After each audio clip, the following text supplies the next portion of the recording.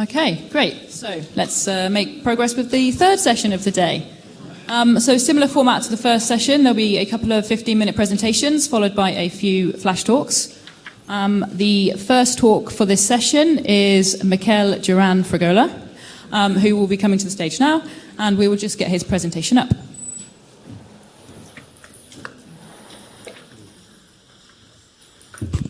Okay, can you all hear me well?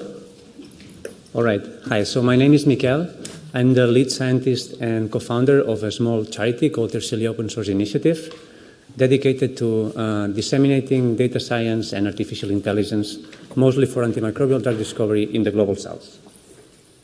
So the challenge that we are really trying to tackle is what we call the research imbalance, determined by the fact that most of poorest countries basically are affected by infectious diseases, as we all know.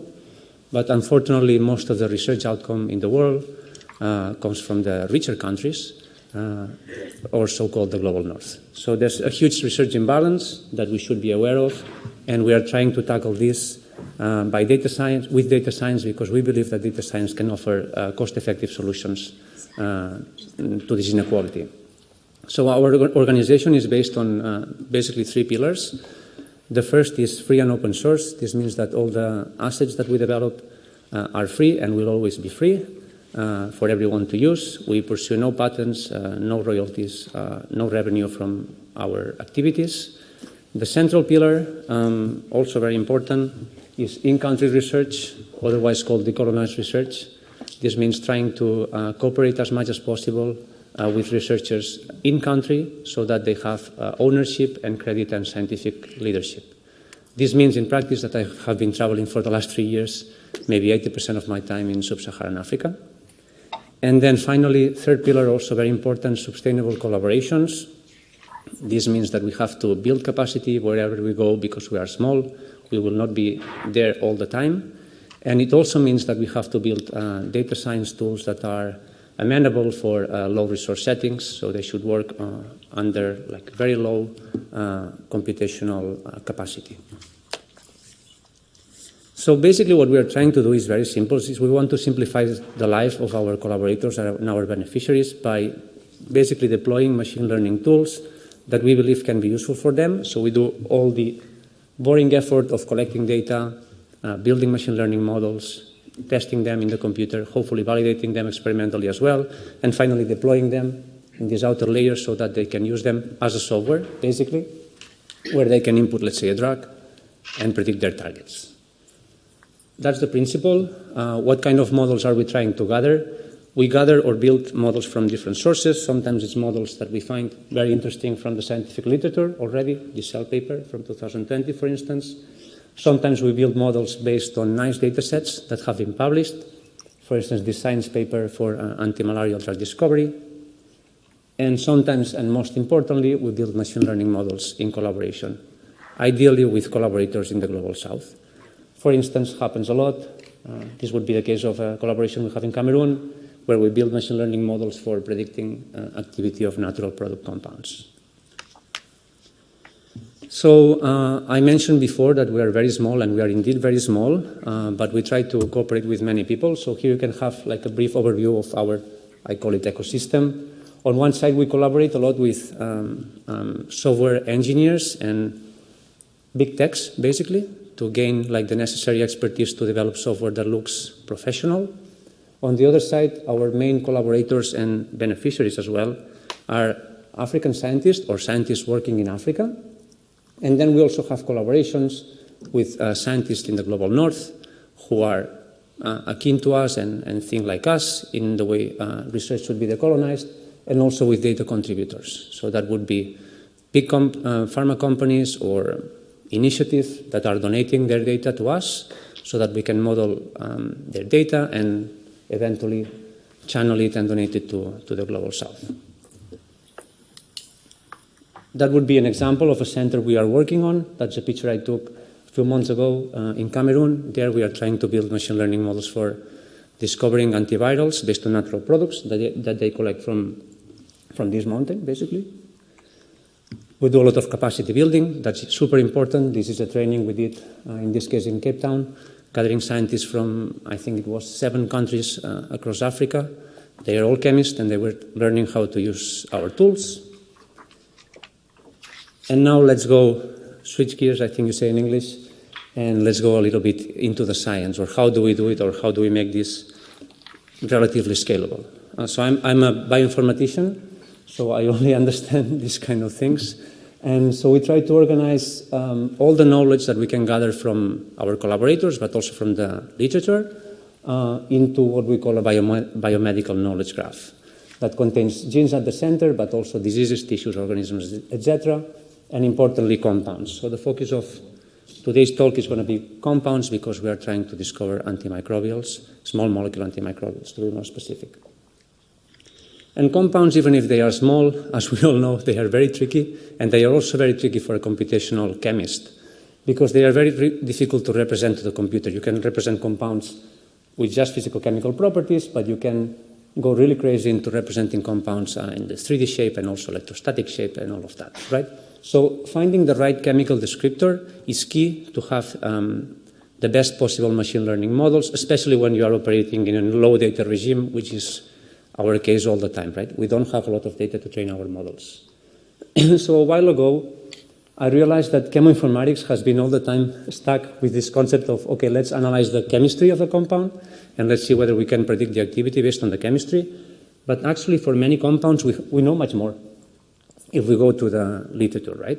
So this arrow here took 4 years of my life, trying to understand how we could convert this information that we can find, at least for some of the compounds, into a numerical vector or embedding that we can use eventually for having more powerful and predictive machine learning models. This eventually was published in Nature Biotechnology and is what we called the chemical checkers. So the classical approach to any machine learning in chemoinformatics would be to capture the chemical data of the compounds. Here each row would be a molecule, and this would be an embedding, so the numerical representation of it.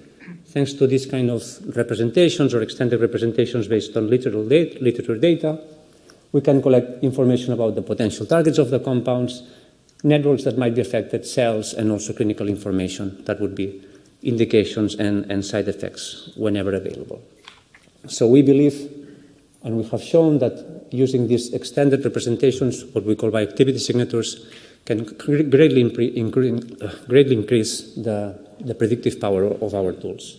To show you a visual example, here you can see several drugs from different therapeutic categories, and you can see, if we project this into 2D, you can see that drugs corresponding to different therapeutic categories tend to localize in certain regions of this bioactivity space, which makes sense. Therefore, if we come with a new drug and is localized, for instance, here, it is likely to be an antimicrobial compound, because this is the cluster of infectious disease drugs. Okay?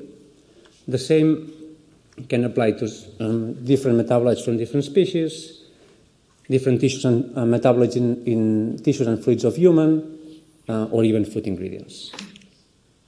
So the chemical checker is available for all of you to check it. And here you can see like a very high-level representation of it, kind of representing the kind of data that we are capturing. I think a very important layer is the cells layer, where we're trying to capture morphology, but also gene expression changes for many compounds. Okay, so how is this useful for machine learning? Machine learning, like QSAR, basically is based on 2 steps. The first step is converting the chemical structures into numerical representation that is predictive. And the second step is actually building the machine learning model. So the better you are at this first step, the less data you will need in this second step. That's why we make so much effort in here. These features that you see here would be the chemical checker features in our application. Okay? The idea is that if you can train a model that learns the mapping between the chemical structure and the activity, eventually you can come with a new molecule, represent it, and then predict the activity. We have been doing this exhaustively with our collaborators. I'm just going to highlight here one application. That would be a collaboration we did with the H3D Center in Cape Town. They have about like 13 bioassays that they have been persistently testing over the last 10 years, and they have collected data for 13,000 molecules in these assays. That would be antimicrobial assays, also ADMET assays, and basically some enzymology assays as well. In total, they had 15 assays that they wanted to have modeled. So we did that. And eventually we provided a canvas like this, which I recognize is overwhelming. So I just want you to focus on this plot here. That would be the canvas corresponding to one of the assays, which would be the antimicrobial activity, IC50 in that case, against MTB, this particular strain. And we can show here prospectively that the molecules that we predicted with our score to be more active tend to be more active, right? So this is the kind of validation that matters in these cases to increase the efficacy and the false, decrease the false positive rate of screenings. And they are using this now in practice and in production. However, I've realized the hard way that many times this is not what our collaborators want. Actually, what they want is something like this, right? So they have an activity of interest and they want us to come up with compounds. And that's much more difficult to do, obviously. But this is what we're trying to do. This is overall called generative chemistry, activity-oriented generative chemistry, because you want to generate compounds that are optimized for a particular activity. We've been doing this. Again, this has to be done with low resources in our case, because we want to apply it in low resource settings. This is an example of a generation run that we did for the Open Source Malaria Consortium, where given a core of interest, we were generating different derivatives of this branch in a, let's say, hit-to-lead optimization effort. And eventually from this very laptop, we generated, I think it was about 500,000 compounds that we provided to them for exploration and filtering. We eventually selected 8 of them, out of which 4 were deemed to be highly potent, which was very interesting. The baseline hit rate for this assay was 1%, and with the 8 candidates that we generated, we got a hit rate of 50%, right? This is only small data, but that was quite encouraging right in the beginning of our initiative. And we are continuing these efforts with the Open Source Malaria team. So take-home messages. We are Ersilia. We are a not-for-profit organization aimed at developing AI tools for drug discovery in the Global South. We combine remote work and on-site implementation. We do capacity building activities. Everything we do is free and open source. We offer support mostly to research institutes in the Global South, and we are always looking for data, for contributors, and also collaborators. Of course, we have not been doing this alone. We've been blessed with some funding, but most importantly, with plenty of supporters and collaborators that have been helping us in this journey. So I'm deeply thankful to all of them. And I think that's all. I'm open for questions. Thanks so much. Up, we have Lucy Brunton, who's going to talk to us today from the Royal Veterinary College.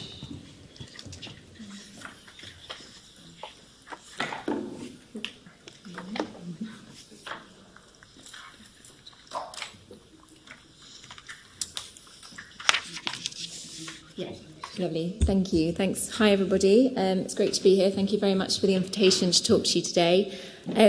So something a little bit different now, I suppose. I'm going to be talking to you about some of the work we've been doing in aquaculture systems, looking at the challenge of AMR in these systems.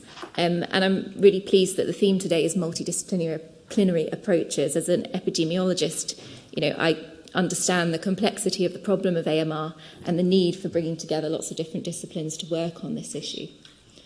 So just a little bit of background to begin with about aquaculture. So this figure just shows sort of the global tonnage of aquatic food products over time, and it's split up into capture fisheries in the blue colours and aquaculture in the reddy colours. And we can see that in the last 20 to 30 years, there's been a significant increase and rapid growth in the development of the aquaculture sector. And aquaculture is a really important alternative source of protein. It is an alternative source to capture fisheries as well as terrestrial food animal production. And this growth and development of the industry has been due to intensification of production, as well as some sort of liberalisation of markets and some deregulation in some areas. And this has had a really critical impact on food security, on livelihoods, and on national economies where we've seen product for export. However, this intensification has led to some challenges. So alongside this rapid intensification, we've seen increased levels of disease, and concurrent with that, increased use of antimicrobial consumption. And the bulk of this has been particularly in Asia, where we also have the largest amounts of aquaculture production. So mitigation of this really remains a challenge. Aquaculture systems are highly complex, like many food systems, and they're characterised by lots of different stakeholders, lots of connectivity and different components within the systems, and integrated, very importantly, with the natural environment, more so than other food systems perhaps, because of the aquatic nature of them. And you can see in this picture here, this is a farmer administering feed into an aquaculture pond, and this is the same way that they dose antibiotics to these fish or whatever the aquatic product is that's being produced. So they literally throw the antibiotics into the water. And as you can imagine, that leads to problems with dissemination of antibiotic residues into the natural environment, as well as selecting for antimicrobial resistant organisms within these settings.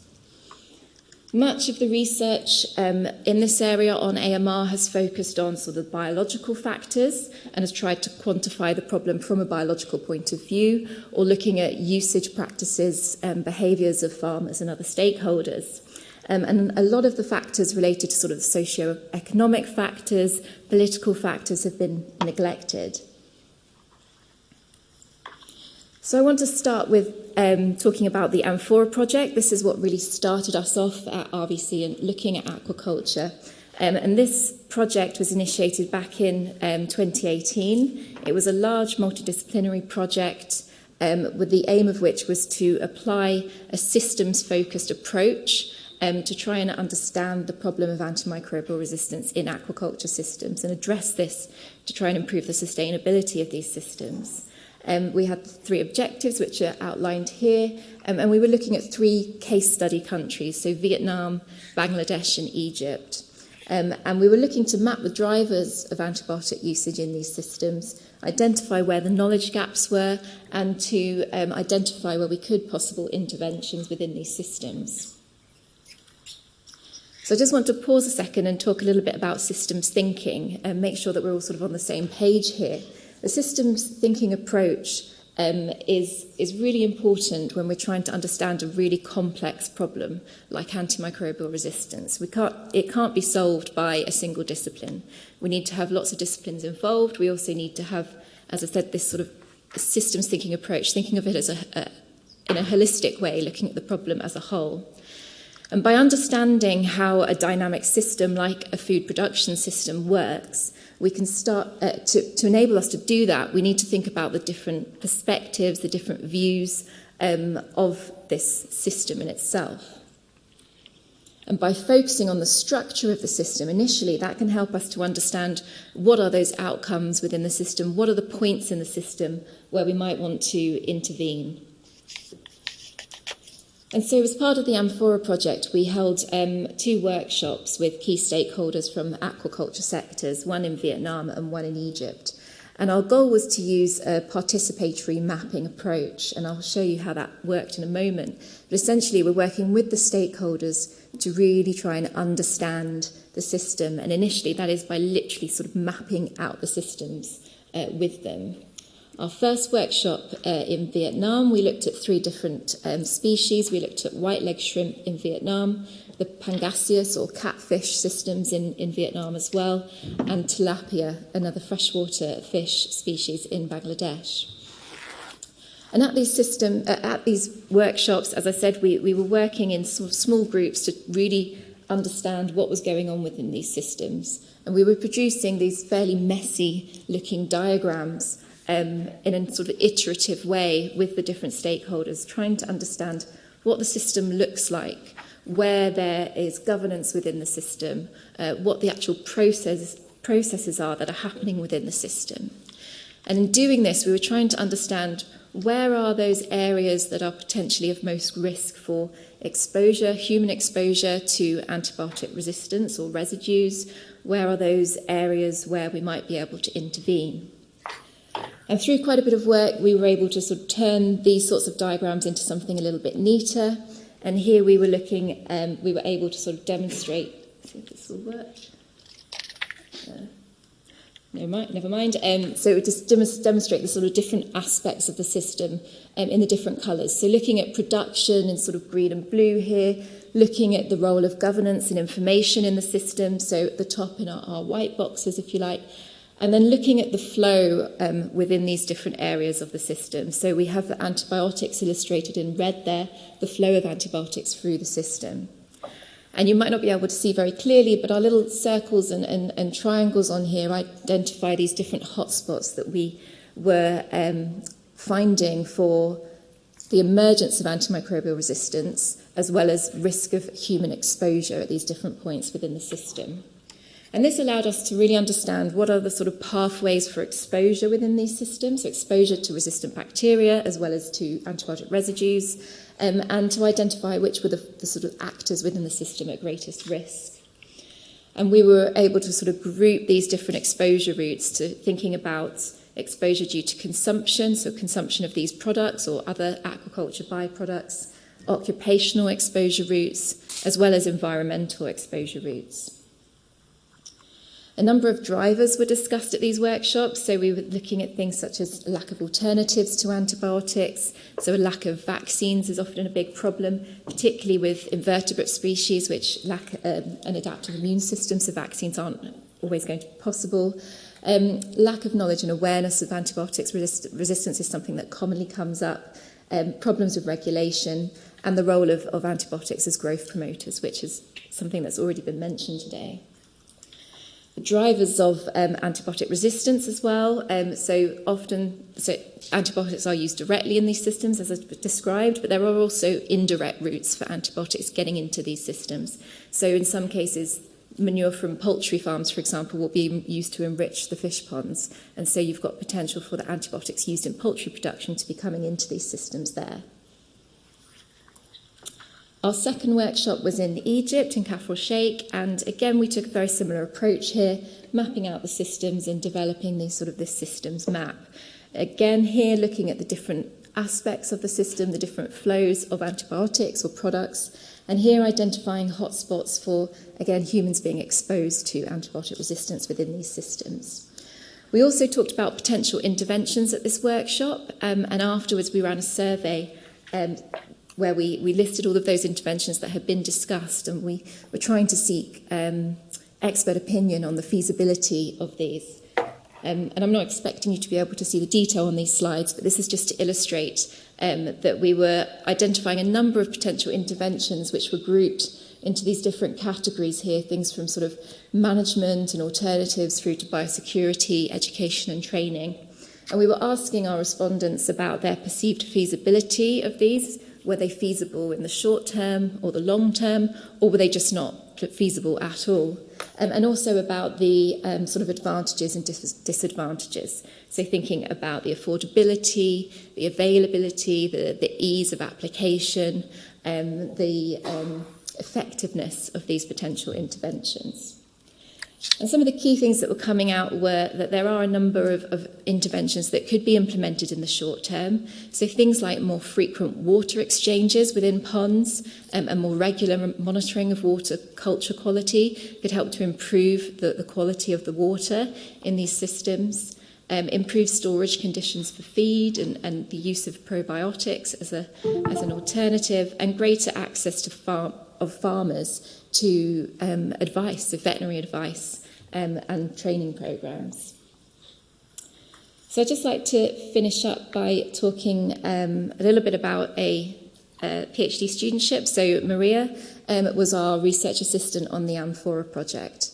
And she went on to do her PhD in this area as well, and she's just submitted, she's just passed her Viva actually, but she was taking this a little bit further to try and understand the causal links within these systems, and look at interventions in freshwater systems in Vietnam. So one of the first things that Maria did was to develop a typology of interventions. So she was looking at all the different kind of interventions for AMR and AMU in aquaculture systems, so not just in Vietnam, but across LMICs. And she was identifying different types of interventions and whether or not they were directly applied to AMU and AMR, whether they were indirectly applied or whether they were more distant. And she found the most common interventions were legislative factors or regulatory frameworks, so things like the national action plans and other voluntary instruments. But those that were specifically addressing AMU and AMR were actually quite scarce. And it was more likely that they were interventions focused on things like disease prevention, improved management that would have an indirect effect on antimicrobial resistance. She also found that monitoring and evaluation of these interventions was very rare as well, and generally it was only applied to interventions that were part of development projects by international agencies. And so what Maria then went on to do was to explore the use of causal loop diagrams to try and understand what's going on in these systems. And this is a sort of example of what we would call maybe her seed model. So she was trying to understand the interactions between different factors within these systems and understanding where there were feedback loops. And these could be sort of balancing feedback loops, or they could be reinforcing a problem. So, for example, here we have disease leads to more antimicrobial usage, leads to more antimicrobial resistance, which in turn leads back to disease. So that's an example of a reinforcing loop. Also here, when we have more disease, we see a reduction in productivity, which in turn leads to a reduction in profit and the availability of resources to then invest or spend on improving management. That in itself reduces the prevention of disease, ultimately leading to more disease. And this sort of sat very much at the centre of her analysis of the systems. And this is sort of a more detailed example of the core of these causal loop diagrams, if you like. So starting to bring in factors relating to practices, factors relating to the markets and services as well. And just to show you the complicatedness of this, I suppose the complexity, if we look just at the market factors, we can see that, just looking at that, but it's a very complicated diagram. Trying to put all of this information into one causal loop diagram is not really possible. So you can see the complexity of factors here, lots of reinforcing loops as well. The same goes for looking at resources and planning. And when we look at service provision, for example, again, very complicated systems here. So ultimately, understanding these systems is really important to try and tease out this complexity and think about where we can intervene. We've been able to demonstrate these sort of multiple dynamics within the systems and multiple entry points for potential interventions. However, there are a number of factors that might limit the efficacy of these interventions. Often there were implementation barriers that came out through our discussions with stakeholders. But using this sort of approach can help to reveal those interdependencies, and that can really help when it comes to doing more systems dynamics modelling, trying to quantify the impact of interventions on different areas of the system. So in conclusion, these systems thinking approaches, these participatory approaches, working with stakeholders are really important for helping us to identify where in the systems we can intervene. And the participatory approaches can really help us to improve engagement and ownership of these interventions. And using these maps can really help us as well identify where we want to monitor the impact of these interventions.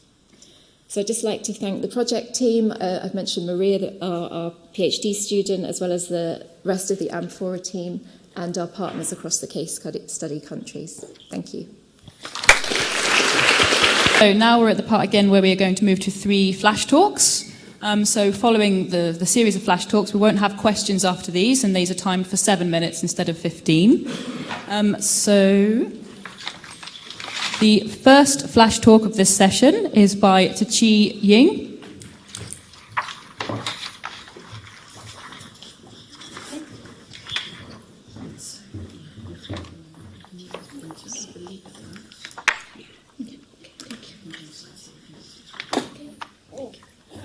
Okay, good afternoon, everyone. It's such an honor to present here today and get valuable comments from all of you. My name is Qi Yin from Liangshan, Southwest China, and now I'm a postdoc in University of Cambridge. We are currently studying the relationship between Enterobacteriaceae and human gut microbiome, as well as the ecological pattern of Enterobacteriaceae colonization success. Now I will share with you the results of our project. Enterobacteriaceae, particularly like Escherichia and the Klebsiella, are a global health concern. The rise of antibiotic resistance of these species leads to increasing morbidity and mortality globally. Thus, they have become the WHO priority pathogen list for discovering novel antibacterial drugs. Luckily, we have plenty of genetic and metabolic resource inside our body. The human gut microbiome contains the highest microbial diversity and density. However, we have limited knowledge about how Enterobacteriaceae interacts with the rest of gut microbiome. Exploration about this topic might give us novel hints to control Enterobacteriaceae colonization via modulating gut microbial composition and environmental condition. We analyzed over 25,000 human fecal sample metagenomic data from public database involving 88 studies across 53 countries. Based on our comprehensive catalog of bacterial genomes previously generated, we use the prevalence and abundance of these species to identify significant species associated with Enterobacteriaceae. Then we use machine learning and network analysis, try to further select target species for functional and metabolic characterization. As for the main variables of our samples include health state, continent, and age group.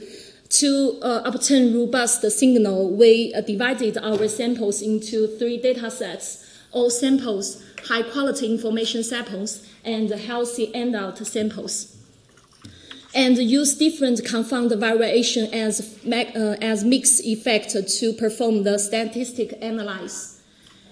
The prevalence of Enterobacteriaceae is highly among Africa samples and infant samples, as well as RA patients.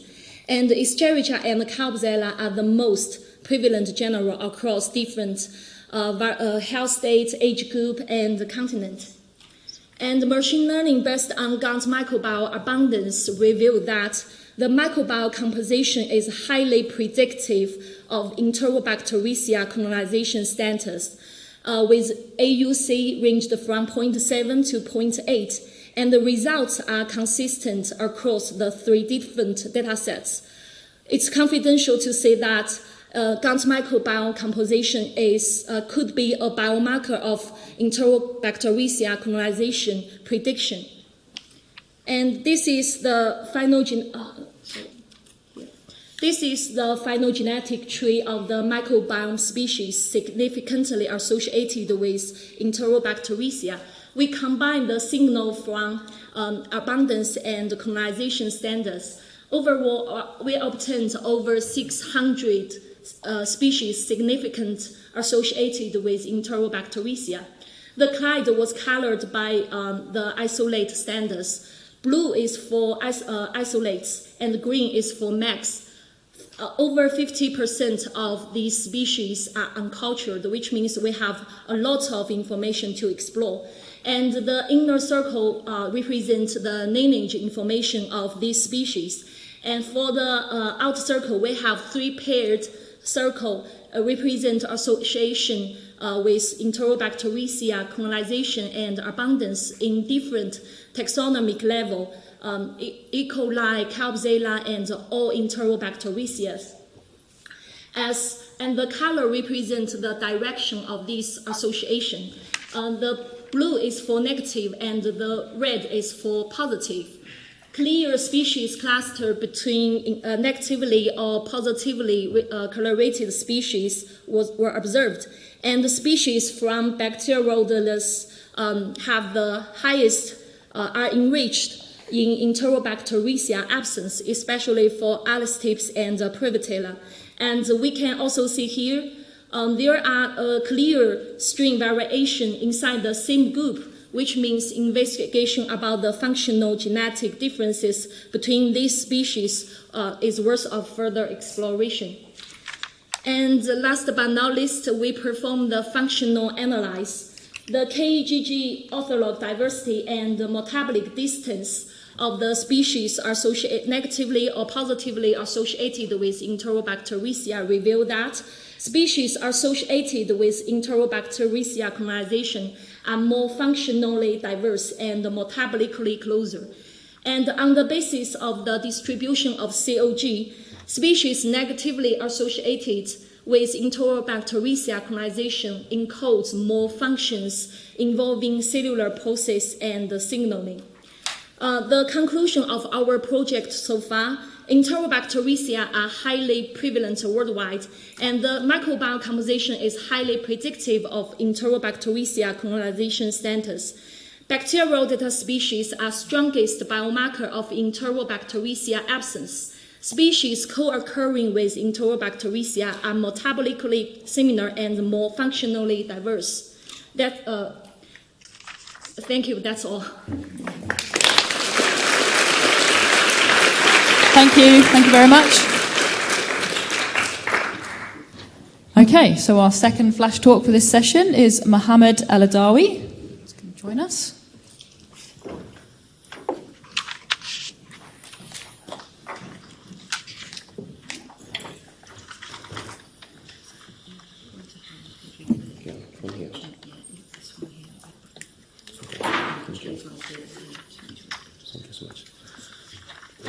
Good morning, everyone. My name is Mohamed Eladawy. I am a PhD student at Nottingham Trent University. Today I'm going to talk about the importance of whole genome sequencing to correlate between genotype and phenotype as a case study of my country, Egypt. As we know, UTIs are accounting for more than 30% of healthcare-associated infections, and cancer-associated infections causing extra hospitalization days each year. We all know that multi-drug resistance and extensively drug resistance phenotypes have a rapid global dissemination, especially in low and middle income countries. So we need to track high-risk clones and novel resistance determinants. So if you go to PubMed and search for papers affiliated with Egypt, and you use keywords for whole genome sequencing and urinary tract infections, you hardly find any papers published in whole genome sequencing, so we have a gap of knowledge in this area. However, if you search literature, you can find 60% of UTIs are cancer-associated ones, and we have high resistance rate in clinical settings, like 50% are carbapenem resistance. The normal techniques in clinical microbiology labs is the overnight culturing media and selective media to identify microorganisms. And if you want to identify the resistance determinants, you usually use PCR. So my research question is, what is the genomic diversity of uropathogens in relation to resistance genes and profiles? And does this information coming from one single hospital can tell us anything about resistance rate in this clinical setting? So if you are interested in, I have a small study published, so if you are interested, have a quick scan in the QR code in front of you. So my current study is a 9 months period. I have collected 132 isolates. The isolates coming from Urology and Nephrology Center from my city, Mansoura. And all isolates have been sent to NTU for phenotypic and genotypic characterization. We used to detect susceptibility profile according to EUCAS guidelines, and we use whole genome sequencing next generation Illumina and MinION sequencing ones, and we did some bioinformatic analysis, and we have to correlate between phenotype and genotype, as we know is this concordance. So luckily we have 68 the isolates were highly resistant to ceftazidime followed by ciprofloxacin. 90% were multi-drug resistance and 47 were extensively drug resistance. The isolates were highly resistant to quinolones and beta-lactams because they are commonly prescribed in clinical settings. According to this map, the majority of isolates were uropathogenic E. coli, and the other isolates, including Klebsiella proteus, Pseudomonas, and other opportunistic ones.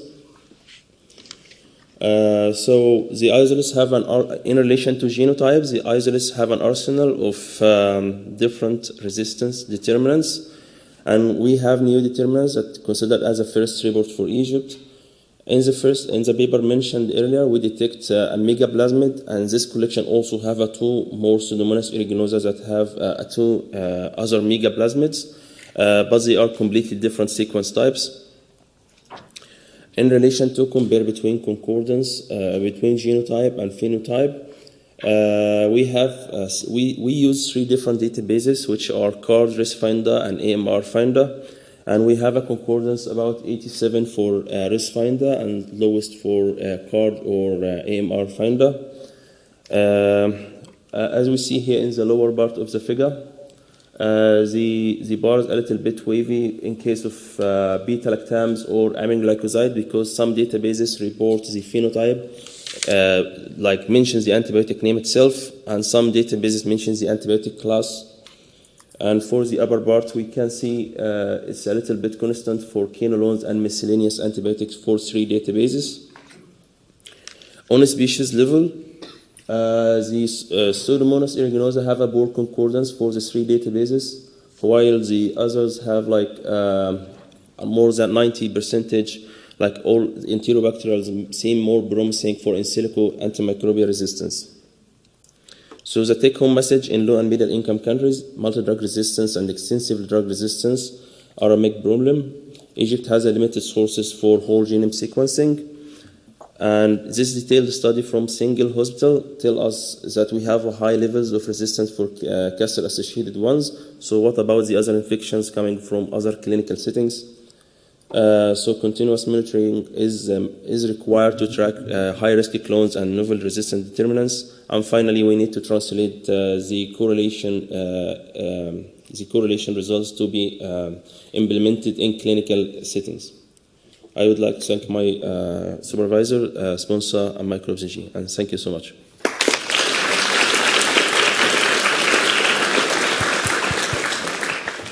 Fab. Thanks very much, Mohamed. That's great. Thank you. So we're not going to do questions for the flash talk, so you are released. Thank you. But if you do have questions or you want to talk to any of the speakers, please do follow up in the breaks, in between the sessions. That's fantastic. The final flash talk of this session is Monisha Singha. Please come up.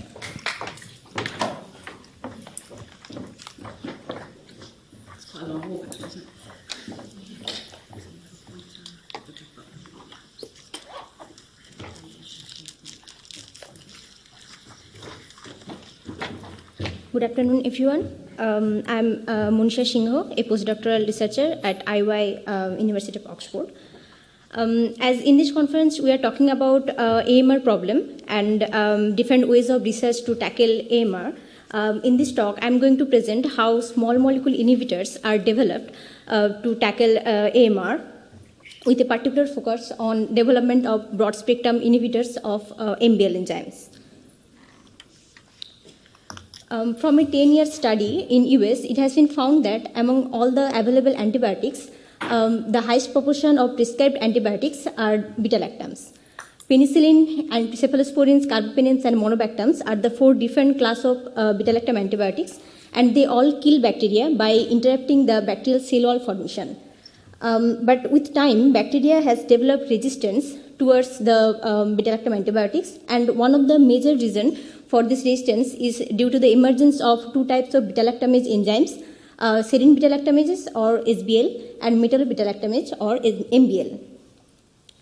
So SBL hydrolyzes the beta-lactam antibiotic by a nucleophilic serine residue, and fortunately we have a few approved drugs for inhibiting SBL, for example clavulanic acid, which is used in combination with beta-lactam antibiotics like amoxicillin. On the other hand, MBL hydrolyzed beta-lactam ring by a hydroxyl group which is coordinated by 2 zinc metal ions in the active site of MBL. And unfortunately, there are no clinically approved MBL inhibitors so far. So inhibition of MBL is extremely important and yet challenging because MBL hydrolyzes carbapenem antibiotics, which is one of the last resort of antibiotic to treat the serious multi-drug resistant infections. And also, most of the MBL inhibitors target to bind to the zinc metal ions into the active site, which leads to the poor selectivity over human metalloenzymes. Also, due to the structural diversity into the active site of different MBL variants, it is essential to develop broad-spectrum MBL inhibitor, which will target multiple clinically relevant MBLs. So this is the drug development pipeline in which every drug molecule has to go through this process to go from laboratory to the market.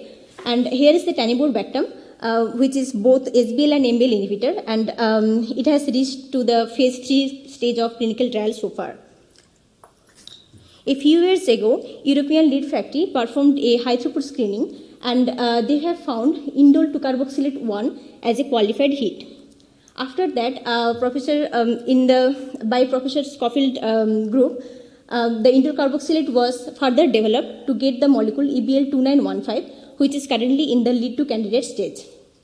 The compound EBL2915 showed better inhibition potency against different clinically relevant MBLs in compared to Enterobacteriaceae, which can be seen from this PIC50 color chart, where the PIC50 is the negative logarithm of IC50 in molar concentration. So more PIC50 means better inhibition. One of the reason why indole carboxylate was having better activity is because of its mode of inhibition. So rather than just binding to the zinc metal ions in the active site, the indole carboxylate is mimicking the enzyme substrate complex of MBL and carbapenem. So this is the enzyme substrate complex of MBL and carbapenem, and this is the complex of indole carboxylate and MBL.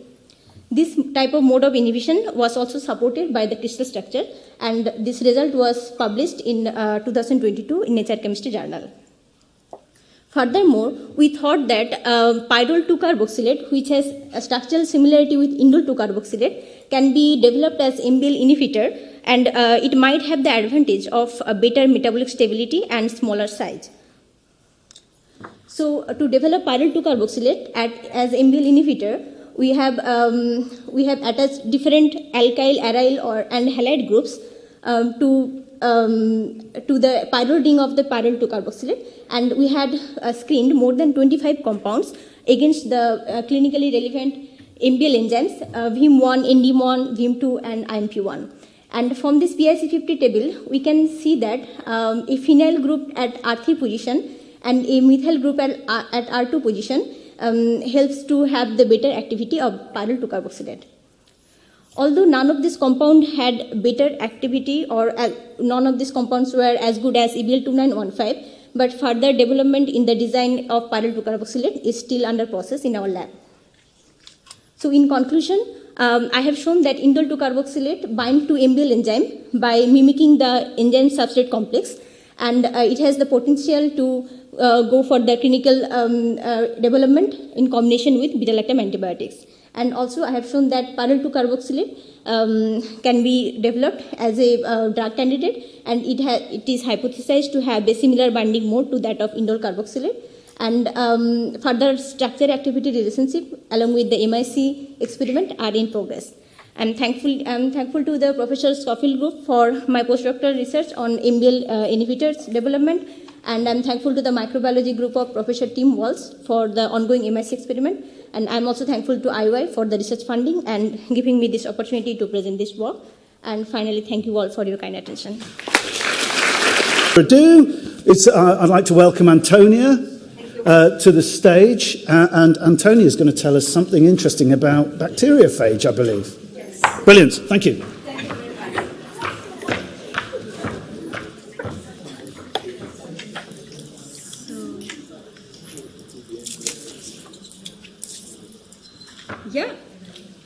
Yeah, I hope you can all hear me. Thank you very much for inviting me here. It's really nice to see such a great community of people doing different things, but all of us, we have a common goal, which is antimicrobial resistance. So today I'm going to discuss with you about our work on phages. We work with the phages and we try to establish phage therapy in the UK.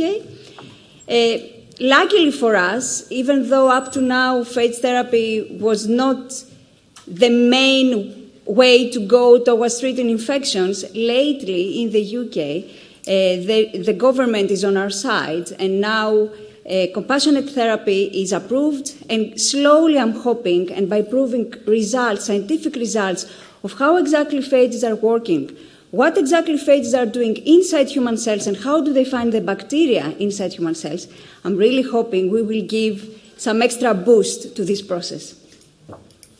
So just to start, this is just some human cells, urinary bladder cells. The blue is the nucleus and the red are the bacteria. And what we're trying to do, we use loads of microscopy, and we're trying to see how phages enter human cells, how they interact, and how they find bacteria inside human cells. I guess most of you know what phages are, right? So phages or bacteriophages are viruses that have great specificity to the bacterial host. And they consist of the capsid head, and inside the capsid head you will find the DNA or RNA, single-stranded or double-stranded. And then the collar, the seed, the base plate, the spikes, and the tail fibers. And the tail fibers are particularly important because via the tail fibers, the phages are able to attach on the surface of the host bacteria. So the tail fibers are giving this specificity between phages and the host bacteria. And of course, they inject their DNA and they multiply. And in my lab, I started my career combining different fields. So I did my PhD more in human cell biology and microscopy. But then I did a postdoc in synthetic biology. So in my lab, what we're trying to do is to genetically modify phages to make them better and more optimized so that they can be used for a variety of applications. And genetically modified phages can be used for industrial applications. For example, you might have heard about phage display and how this is applied in pharmaceutical industry. Therapeutic applications, that is the phage therapy. And then biocontrol that relates to, for example, food industry, where phages are used in, like, cheese industry for salmonella, to control salmonella.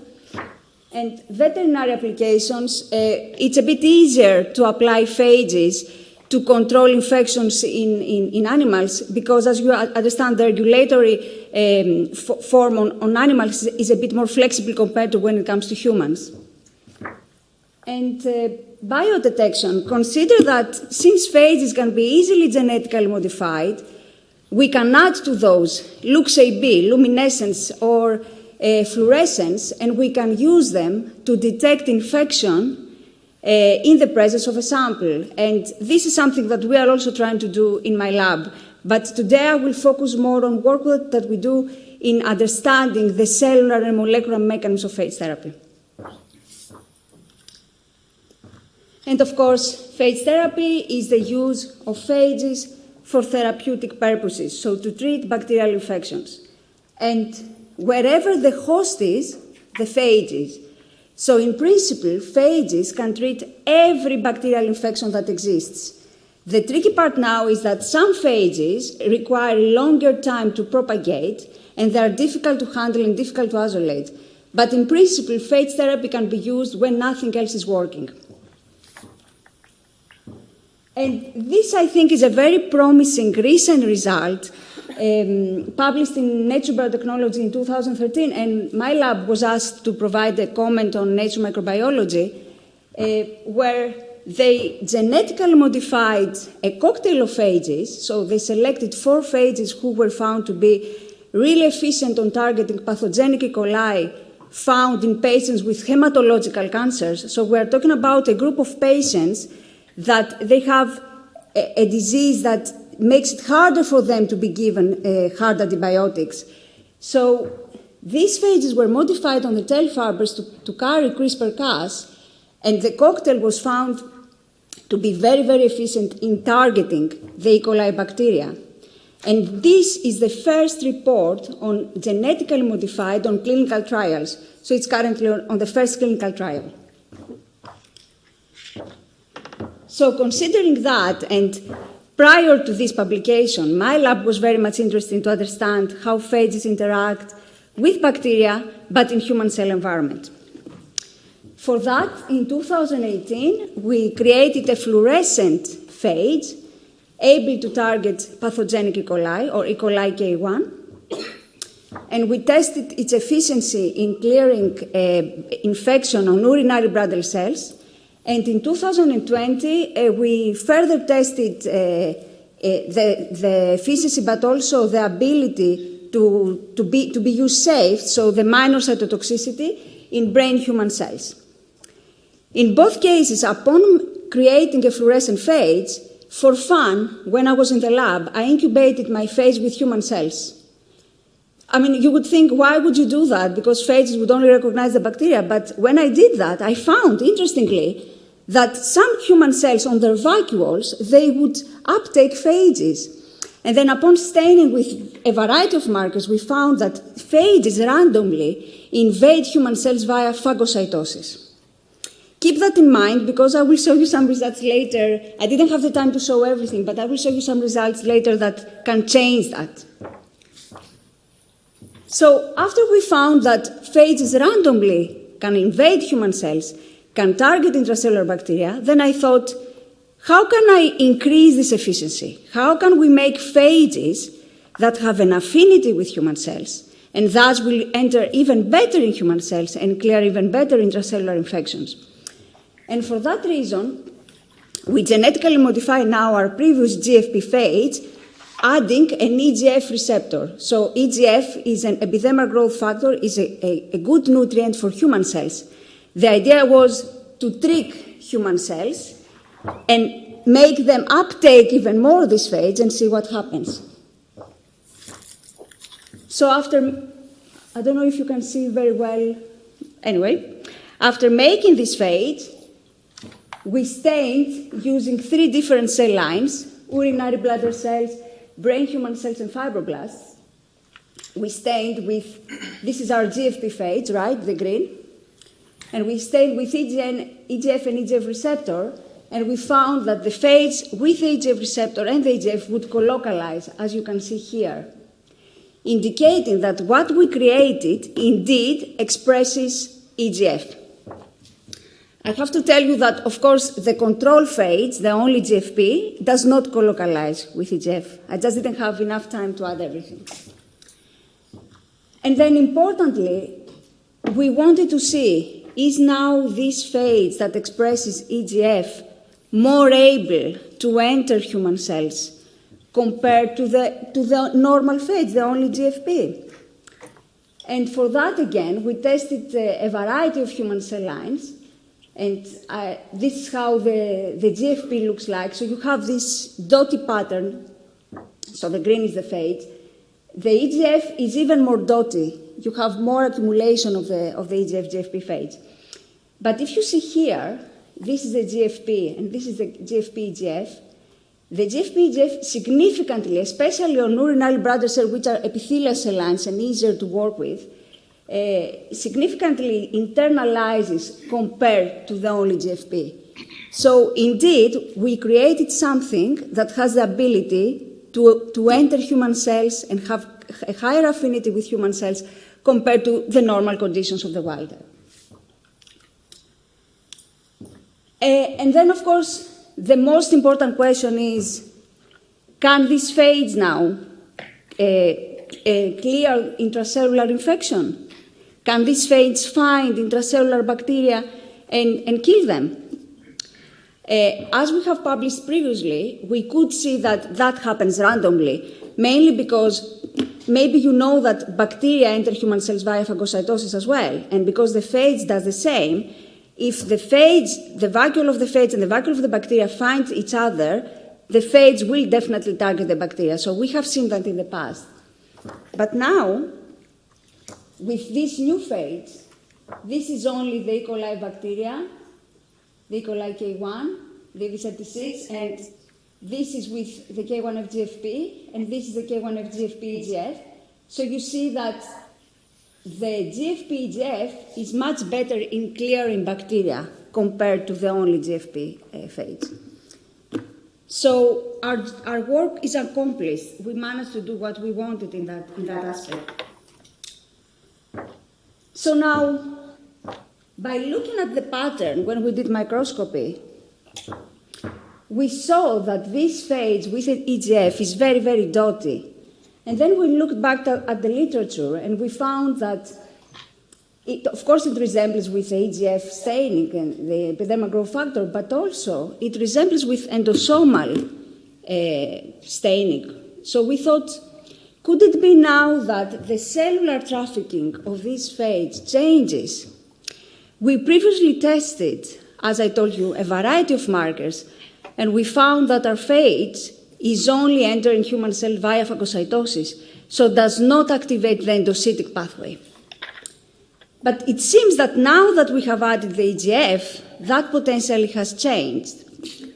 So we went back to all our markers of the endocytic pathway, starting from early endosomal marker, EEA1, and then, of course, lysosomal markers, RAB7, catepsin, and then autophagic markers, galectinate and NDP52.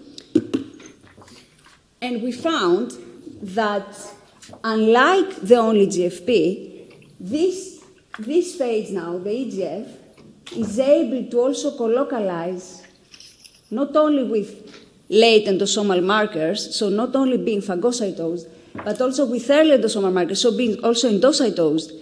So the trafficking of this phage now is different because this phage is now recognized by human cells and is endocytosed and then follows the rest of the pathway. And we further quantified that with different markers, early endosomal, the phagosomal markers, autophagy markers. And if you see, compared to the only GFP, the GFP-EGF increasingly is uptaken via endocytosis and a bit less via phagocytosis, but importantly, it can subvert direct phagocytosis. So now it has now another mechanism of being uptaken via human cells, and potentially that's the reason why we see more of it and also more efficient of it in killing intracellular bacteria. So what we did overall here is that we genetically modified the phage to express GFP and EGF. We then infected human cells with bacteria and we incubated with a phage, and we found that there is increased cellular uptake of EGF-expressing phage compared to the wild type.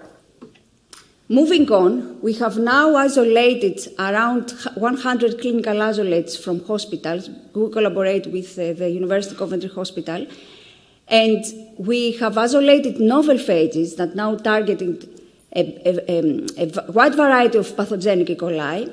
And what we want to do is to test this idea on proper phages that potentially can be used for patients and for clinical trials. So in conclusion, the genetically modified bacteriophages, I believe, is the future, 100%, and they have vast applications. They can be used safely for everything, and especially safely for therapy, and they can save lives. And importantly, they can clear very difficult intracellular infections, which is something that very, very many people suffer from. So I think this application is really, really very, very powerful. I mean, of course, I'm biased. Okay, so I want to thank my funders. I want to thank my team. I especially want to thank Josh, my PhD student.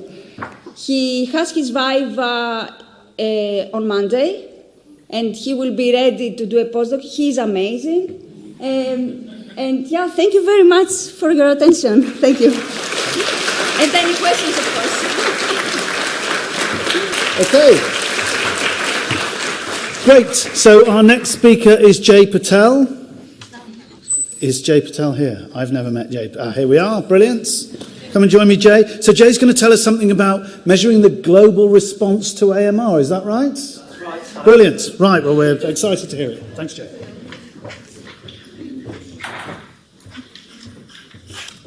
Right. I work on the policy end of AMR, so it's going to be quite different to what we've heard so far. And principally, I'm interested in two things. I'm interested in addressing questions that governments have and creating or developing evidence that will galvanise political attention. So some background to begin with. The World Health Organization at the 68th World Health Assembly in Geneva published their Global Action Plan. And that's quite a long, complicated document. But they further clarified that with a document on strategic priorities. And that's important because it's one thing that WHO never do. They never prioritise. They produce long technical documents that are meaningless. And we had this document which was very useful. And it sort of guided where AMR needed to go. So we've got 4 points: leadership, impact, innovation. And then this fourth point is on monitoring the AMR burden, which of course the Graham study have largely achieved with Seattle IHME. And then the second part, which is monitoring the global AMR response. And that's the bit that we're not comprehensively addressing. So I wanted our group to try and find some answers to that. And that will be the focus of this talk and the research study that's linked. Also at the 68th World Health Assembly, the Global Action Plan encouraged all member states to have, in place within 2 years, national action plans. And we hear a lot about these. Just to show you very quickly progress on that, 2 years after, countries responded remarkably well. So almost all nations had had some sort of development process, and many were up and ready with approved plans. And just to make that a little bit more contemporaneous, almost all countries have in place some sort of document of varying rigour, as you could expect. A lot of countries are on their second version now. Now, the problem is that this chart is largely attributed with progress on AMR. So you ask a multilateral, what's the world doing on AMR? They show you this, and they say, well, we've all got plans, we all recognise the issue, job done. The London School of Economics produced a really useful framework on assessing the contents of these plans. So yes, they exist, that's great, but is anyone actually scrutinising the details of those documents? And at the time the answer was no. But I quite liked this framework because it was centred around these three axes. So the general design of the document, which is important in all aspects of policy, the implementation tools, which are largely the things that we're good at doing, and especially all of you guys will be good at doing that part. And then it's the monitoring and evaluation, and that's the bit that's often forgotten, or people get bored, or there's pressures to publish and they just sort of rush it through. We can explore some sub-themes in these areas, but what you're looking at there are all quite important aspects that need to be addressed if you want any effective public health document. Briefly on policy, the ones that I really look for when assessing NAPs is the first one, the strategic vision. So these documents, they've got to have a sort of rhythmic pulse. There's got to be a direction in which they're going. Lots of documents are actually just a laundry list of facts and objectives without any clarity. But the best documents are those that actually ignore lots of those points and select a few key areas that they want to focus on. And we don't do that very much in global health because it upsets stakeholders, and we tend not to like doing that. So, actually, just going back to that, this was then a basis to assess all plans. So what I wanted at this point was to look through each national action plan with a fine-tooth comb and assess them on the basis of these parameters. And the team got on with that and produced quite a rich data set. That data set is quite complicated, but this one is now very useful because we can see what countries are doing well. You can see that the top performing countries in AMR responses are largely the G7 and some Scandinavian Asia-Pacific nations. This sort of representation is great because it shows those strengths and weaknesses, and it facilitates cross-country learning, especially of countries with similar social, cultural, economic contexts. And that's the other end of the spectrum. So there's 114 countries that were analysed at the time of this study. And that's the global picture. So if we come back to that original question, which is, how is the world doing on AMR? That's probably where we are. And the greens are indicating countries that are thinking about this in a really multi-sectoral way, with sufficient financing. And the reds either haven't considered this or have done so very poorly. And that's where the countries that need more support. When doing this type of research, one has to decide whether they publish a country leaderboard. WHO certainly don't do that anymore. Some other organisations still do. The risk here is that it can create complacency at the top and panic at the bottom, and often that's not very constructive. The feedback that I've received on the back of this project has been quite positive, actually. So governments do want to improve, even if they're on the top end of that leaderboard. Looking at those domains that I originally showed, there are some things that we're consistently very effective at achieving. So everybody recognises that AMR involves many different sectors. IPC, regulation, coordination, we sort of know how to do that and we know how to address it carefully. But the bits that we really struggle with are feedback and accountability, and these things come up consistently. We know they're important, but often we don't know what to do with those concepts or even what to do with those words. And I think the same can be said about equity and increasingly sustainability. So I won't dwell on these points, but it just shows IPC recognised everywhere as important, as is coordination, stewardship and surveillance. One of the other features of the Global Action Plan was this bullet-pointed list. And I'm quite interested in point 5, developing the economic case for sustainable investment. That's one component that's missing from AMR globally. And that's really important because that is the language of our policymakers. And we don't make the effort to actually transcribe things in the ways that they want. And all of these areas require some improvement, as I mentioned. Accountability is particularly important because, as Hoffman showed, one of the Canadian public health lawyers, is that any sort of global accord, treaty, requires accountability as a really central axis for it to be effective. And we really need to think more about this idea. Now, a national action plan is very much a case of presenting a list of bullet points to a government department or ministry and saying we want X, Y, and Z done at this cost with these partners. The problem for governments is that if they've got constrained budgets, limited resources to implement, they need a method of ascribing which actions to take forward as immediate priorities. And often when you start putting down these bullet points, governments can't really get a sense of their ROI. Now, this is just on the back of some OECD modelling, but it's a very helpful way of determining which actions are most effective.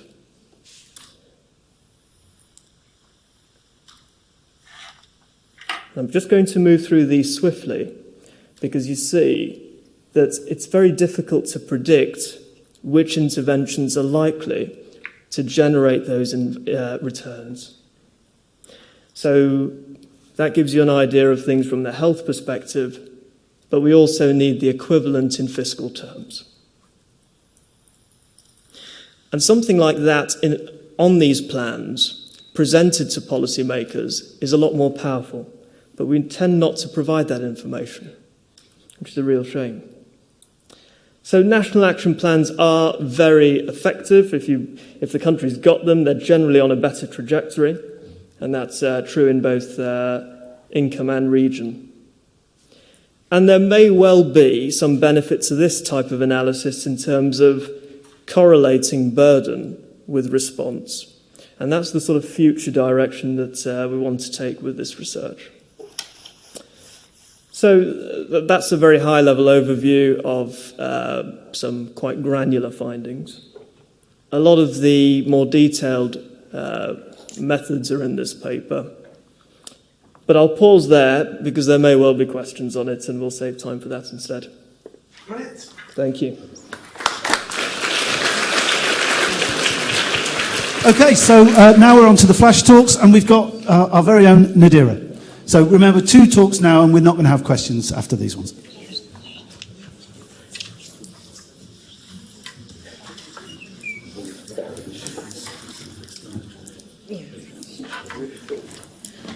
Thank you. I'm Nadira. I'm doing my DPhil in Oxford. So I'm going to talk about my project. So let's start.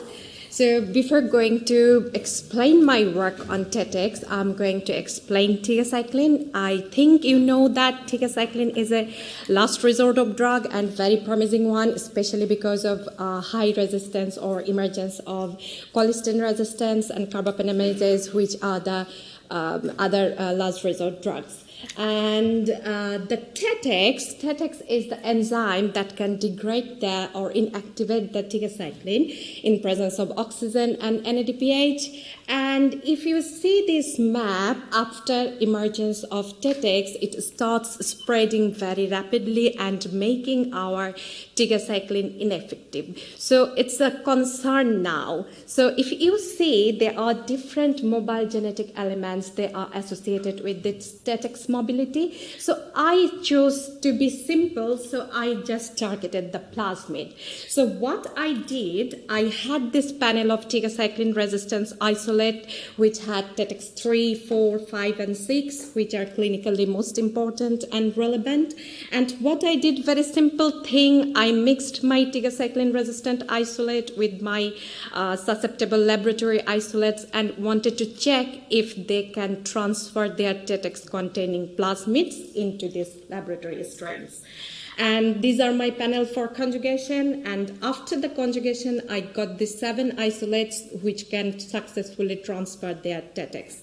And if you see their transfer efficiency, they are quite high efficient in transferring their TETx plasmids, and especially we got to transfer the TETx 4, TETx 3, and all of our TETx 6 was on chromosome, so couldn't transfer that in any laboratory strain.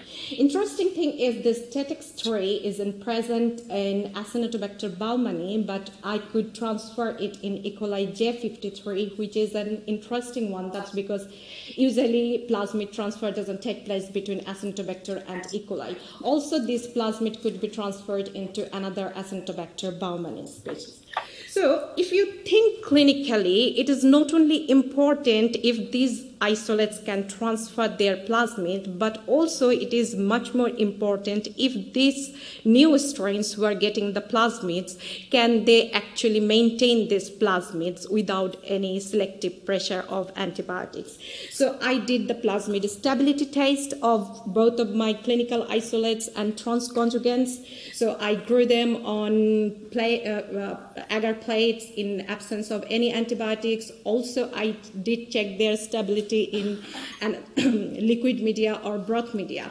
And when I actually first attempted to do this plasmid stability test, I noticed that my isolates had different colony morphology. Some looked bigger, some looked smaller, some these are the chromogenic agar, the same thing, bigger, smaller, and different other colony morphologies. So I wanted to check if these transconjugates are actually the same or they have other differences in them. As you can see, my large and small colony variants have different growth rate as well.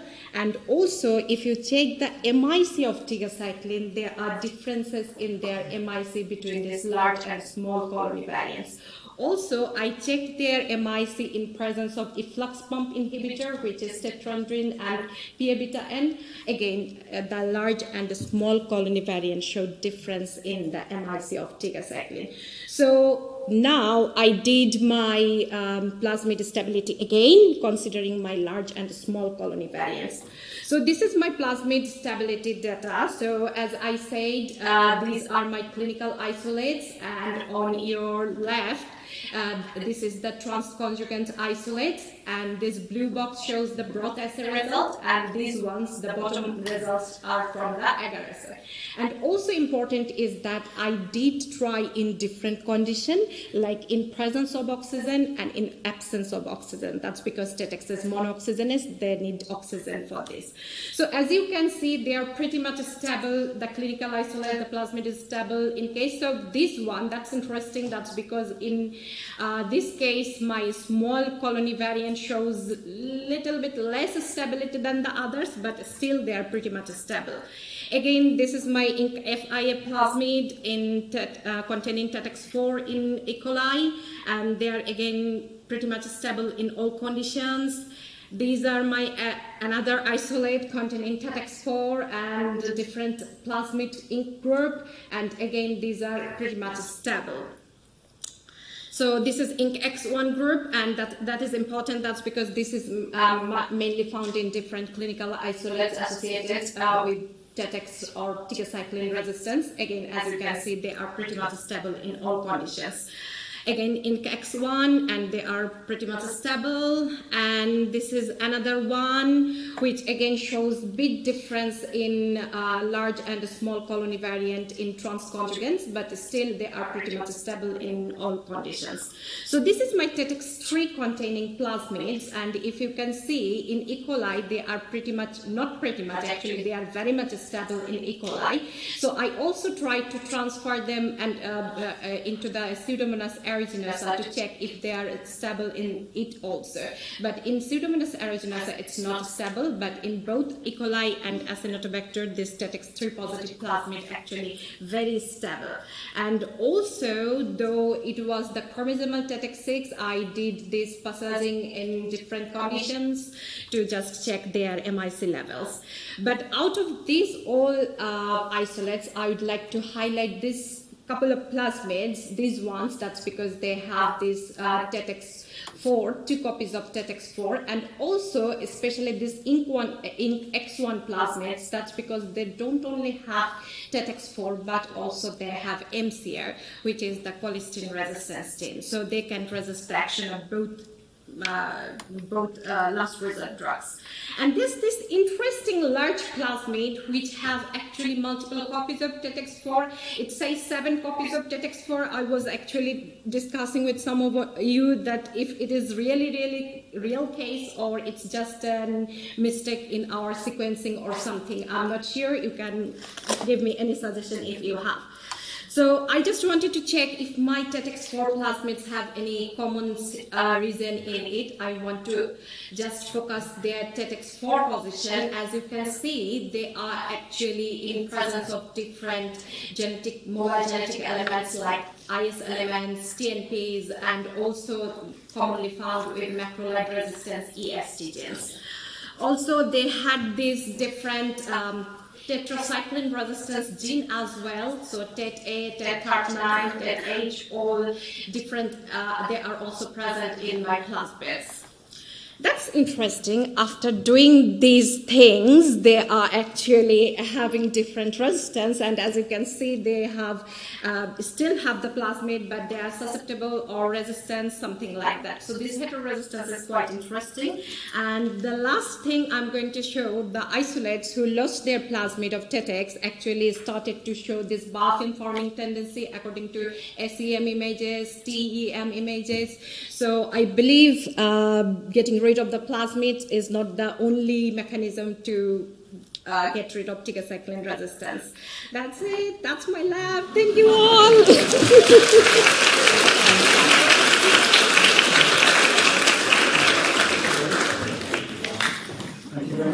Nadira. Thank you. So now it's Sarah or Sarah. Which one is it? Sarah. Okay. Thank you, Sarah. Is this okay? Awesome. Hi, my name is Sarah. I'm a postdoc in biomedical engineering, and I'm going to be talking about something a little bit different, which is using ultrasound as an antibiotic. So, okay. We're probably familiar with biofilms, which confer both physical and functional protection to bacteria against antibiotics. And we, in my group and within kind of our program grant, hypothesized that acoustic cavitation, which is a result of ultrasound, can help disperse the bacterial biofilm. And so the goal of this work is to confirm, quantify, and optimize the role of cavitation in the biofilm removal process using a process called passive acoustic mapping, which I'll discuss in a few slides. So as background, cavitation is the expansion and rarefaction or compression of a bubble within a liquid. And we can easily facilitate this process by introducing bubbles. So microbubbles are clinically approved ultrasound contrast agents, and they are exactly what they sound like. They are micron-sized bubbles that are formed of a phospholipid monolayer surrounding an inert gas core. They're 1 to 10 microns in diameter, and under an ultrasound field, they can do all sorts of crazy things and have these really violent mechanical forces that can be harnessed therapeutically. So other people in my group have used bubbles to enhance drug delivery to tumors or to enhance the penetration of vaccines through the skin. And we're hypothesizing that they could also be used for breaking up bacterial infections. So passive acoustic mapping can be used to monitor this bubble activity in real time. So when the bubbles do that violent oscillation, they can emit ultrasound echoes that can then be received by an ultrasound device and characterized and quantified. And the way that this is done is because bubbles emit specific frequency signatures depending on how violently they oscillate. So when you increase the ultrasound pressure, you go from these really discrete harmonics and subharmonics, I guess, signal, and it moves into a signal that is comprised mainly of broadband elevated noise emissions. And we can use calibrated ultrasound arrays to be able to receive those emissions and turn them into realistic pressure and energy information, as well as use signal coherence and time of flight information to actually localize where they occur. So this could be a really useful technique for monitoring emissions and understanding how violent a ultrasound regime is in real time. So the setup that I've been using to evaluate this, I have a focus transducer that is aligned towards a culture dish where I grow biofilms in. Then I have an imaging array above to receive the cavitation emissions. I'm looking at 2 different cavitation nuclei, so bubbles that I talked about previously, as well as a novel agent developed by the group, which is made of protein. And the benefit of using these is that over repeated ultrasound inseminations, bubbles can be easily destroyed, but it's been shown that these little pecans, these cups, can sustain inertial cavitation and energy for a bit longer.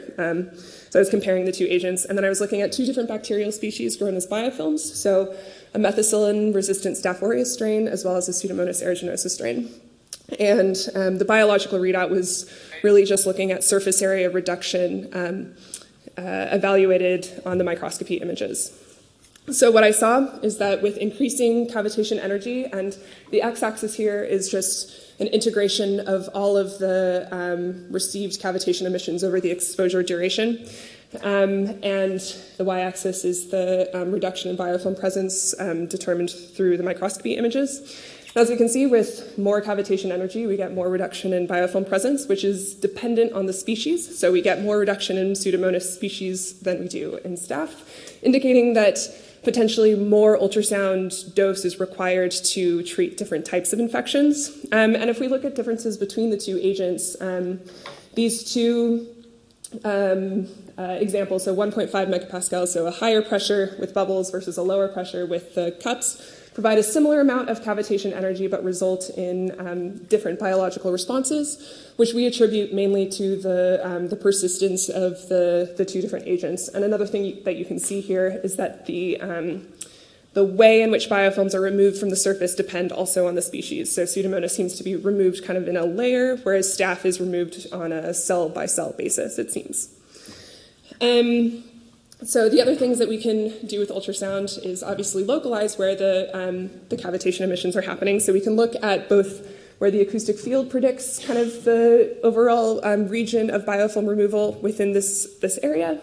And then our cavitation image can also predict the width of biofilm removal by using cross-correlation to determine where these cavitation events are happening. And finally, we didn't see a difference so we removed the bacteria that were released through this process and recultured them to determine if there was any change in CFU as a result of, I guess, releasing the bacteria. And we didn't see any change, but I should say that there's a caveat that the exposure region was quite a bit smaller than the total region of the biofilm, so it's probably just not sensitive enough to fully determine this, so take this with a grain of salt. So in conclusion, we think that passive acoustic mapping may be used to quantify and predict the extent of biofilm removal. Different bacterial species may require a different cavitation dose to achieve complete removal. But I think it's promising that ultrasound cavitation could represent a novel form of debridement or antibiotic treatment for biofilms, and especially biofilms that are difficult to access within the body, such as those on implants or catheters. So no questions. I put that on there before I knew that I wouldn't have questions, but feel free to come find me afterwards if you have any. And thank you to all collaborators.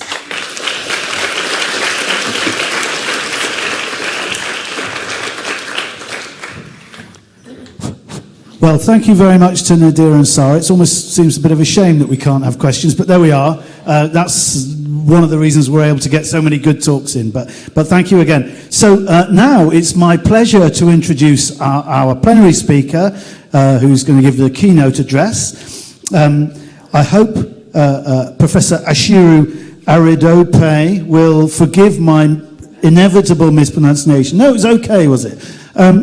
So I want to introduce Diane. So she began her career as a hospital pharmacist, is that correct? Later doing a PhD at UCL, and is now the lead pharmacist at UK HSA, as well as being deputy chief of the Royal Pharmaceutical Society. So it's a great pleasure to introduce you. I think you're ready to go. And you can use this if you like, or those ones. That's a very good presentation. Thank you. Okay, hopefully you can hear me. So around 2010, 2011, I was watching a documentary of a young girl about 8 years old. She was very active, had a little scratch. A few days later, she ended up in hospital. By the time she finished, or by the time she came out of the hospital, 5 months later, she was in a wheelchair and had double lung transplant. So 2010, I was a hospital pharmacist before that, as has been mentioned. That petrified me because I was also a mum. At that point was when I realized that tackling AMR was more than a job for me and has become a cause that I've done, and I'm really grateful for the opportunity to do that. Today, I'm going to be talking to you about antimicrobial stewardship. So slightly different, but it was great to see the talk earlier from Tess around the ethics approaches and ethical considerations, and I will admit that we do use those cohesive approaches, and some of that has been mentioned also by Dr. Patel earlier, but it's making me reflect in a different way. But what I wanted to also share is that every single one of us, right from the lab all the way to policy, have an important impact that we are making, and I hope that you will continue to do that. And also that even the lab work that you're doing is really important evidence that can help translate and change policy. So also don't forget that. So today, I'm so grateful actually that Jay's talk came before mine, because he talked about the global. I had the global information on my talk and then I took it out. And I'm going to focus on the national actions. I will mention a couple of bits around global over time. So I talked about our actions within the UK. It was great. I talked about liking the study that they did and where UK was, and he's right. Although we were number 3, we still want to be number 1. But even then, there's always something that we can do to be better, because at the end of the day, this is about the patients and the population, and all of us, including myself, could be patients one day with infections. Okay, so in terms of what we've done within the UK, actually, we have been working on having a national action plan since 2011. Our first documentation was in 2011, and then 2013, 2018, and we're currently within a national action plan 2019 to 2024, which ends this year, and a new one is being published in the next few months. But within that, you can see that there's a multidisciplinary approach that is required around being a good global partner. So this is what we want to do in the UK: provide safe and effective care for patients, minimizing infections, demonstrating appropriate use of antimicrobials, engaging the public on AMR, sustainable supply and access, minimizing the environmental spread, so across human and animal health. We have a proactive surveillance process across all 4 UK nations. Health is devolved, so each nation has its own surveillance program. And I work in one of the institutes, UK HSA. We work Public Health England, and we focus on England's surveillance program. I chair the ESPAR Oversight Group, which is the English Surveillance Program for Antimicrobial Utilization and Resistance. And within that, every year, we put out the national status around our surveillance data for antimicrobial resistance, antimicrobial use and consumption, stewardship, and then implementation of awareness activities. And you can see there the chapters that we have within the report, which gives you an insight into the sort of areas that we cover within the national report. Although it's a surveillance report, we also talk about their stewardship. And then within the report, we will report on the burden of infections. So we know that the burden of infections has remained broadly stable. And during COVID, we had a slight decrease. We have concerns now that this is, as we've returned back to our usual approaches and health-seeking activities and the health system's going back to what it was pre-COVID. We are beginning to see increases again across infections, across resistant levels as well. But one thing that is important to highlight here is that 30-day all-cause mortality. And you can see there that when a patient has a resistant infection, what proportion of them will die as a result of the resistant infection. We also have data on consumption, and you can see there again that we've had reductions in antimicrobial consumption. Part of that was actually the concerted efforts to having a national program. So someone talked about should there be international scrutiny or should there be national scrutiny? One of the key things was that we were looking at our data when we were part of the EU and looking at where we were across the EU, and we saw that our antimicrobial use was similar levels to certain countries, and that meant that we needed to take further action. And so part of that was developing this surveillance program, which has helped us because it's catalyzed action across multiple organizations. Majority of the prescribing does happen in primary care, but we know that most of the broad spectrum use happens in secondary care. Again, the data, you can see the primary care data there with the reductions, and you can see dental, other community use, and primary care. But in secondary care, again, we had some reduction during COVID, but that's going back up again. So really what we are now thinking is, what further actions do we need to take to ensure that we don't have continued increase in antimicrobial use, which we'll know will impact on resistance level over time. We don't only focus on antibiotics. For many years, we had a strong focus on antibiotics only, but over time we are reporting on antifungals, we also report on antiparasitics, and we report on antivirals as well. So what is antimicrobial stewardship? It is defined, and this is a nice definition, I think it's a good one to use, organizational and healthcare system-wide approach to promoting and monitoring judicious use of antimicrobials to preserve their future effectiveness. There is that part which is around the systems approach, but there's also the individual level. So each person has a stewardship action that they can take on around antimicrobial use, healthcare professionals, members of the public as well, and everybody does have a role. So here are some of the levers that we have, and I say this to you, I know many of you work within the labs and think, how does this impact on me? But actually it is good for you to understand these policy implications and why your research matters. And if you're also submitting for grant applications. It helps to be able to link it to something that is in the national policy. So within the Health and Social Care Act, there is a code of practice on preventing infection, control of infections, and there's a strong, there are two criteria there around antimicrobial use and stewardship, and also having that there is policy for ensuring that people have or at risk of developing infections are promptly identified and receive appropriate treatment. Targets. So Jay talked about wanting a target at a global level.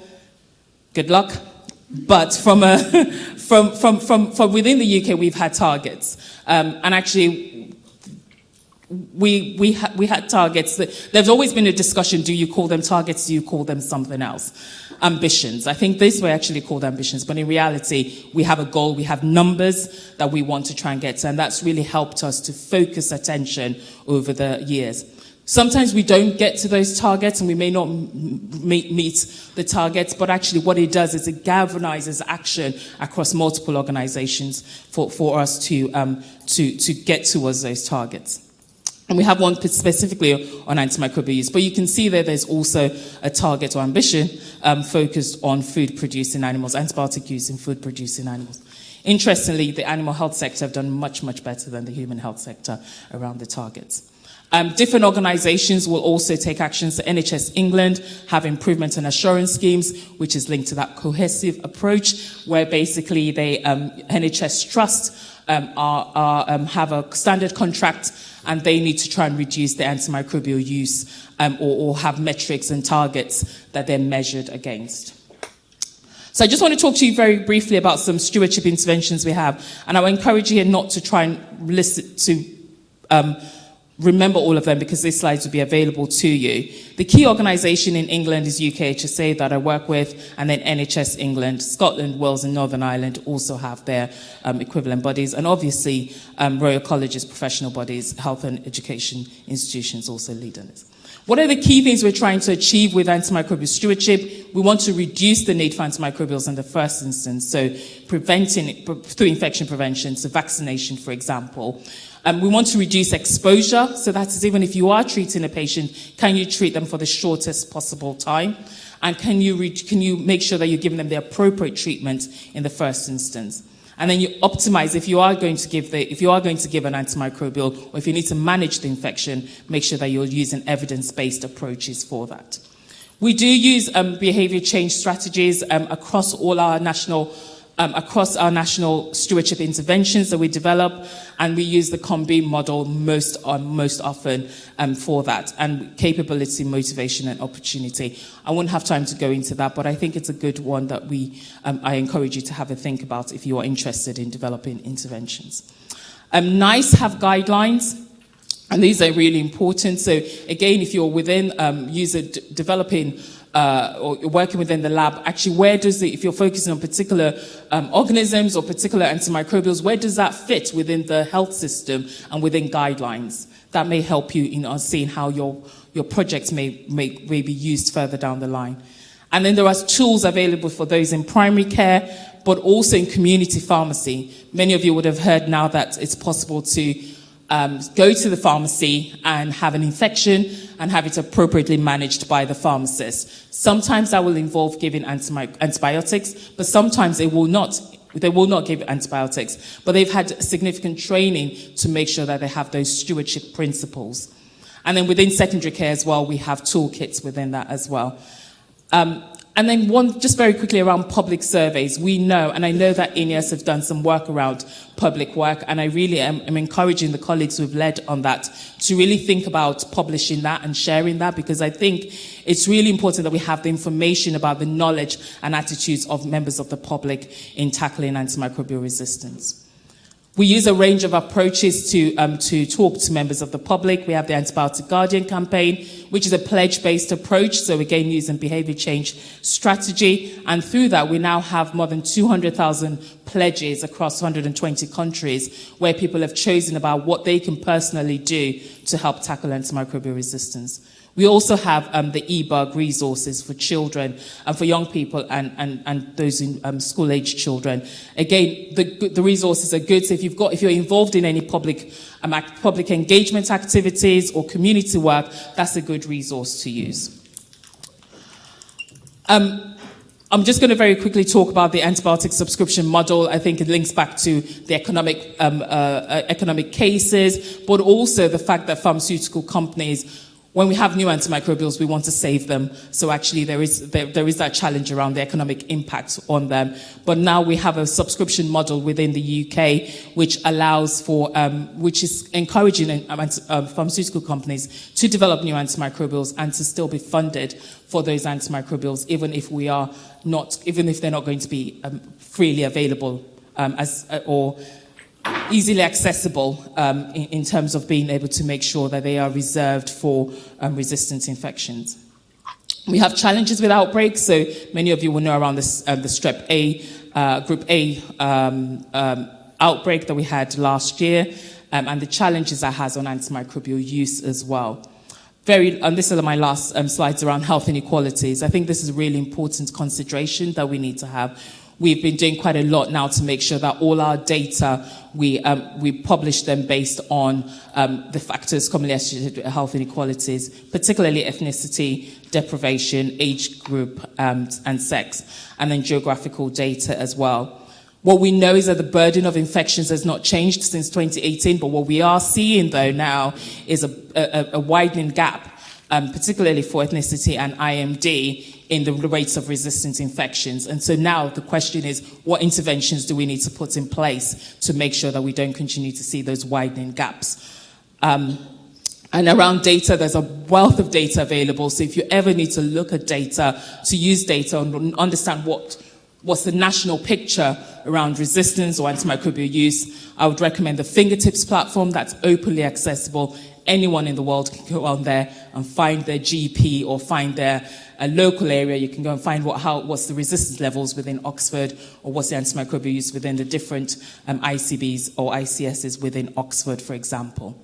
So in closing, there is a need for diverse and engaged approaches across the research disciplines and healthcare infrastructure to combat antimicrobial resistance. Really want to encourage you all to continue to do the work that you are doing. In the future, the actions are required across several areas, and I'm going to leave this slide here because it shows you a range of areas that will also feature in the next National Action Plan that will be published. Thank you.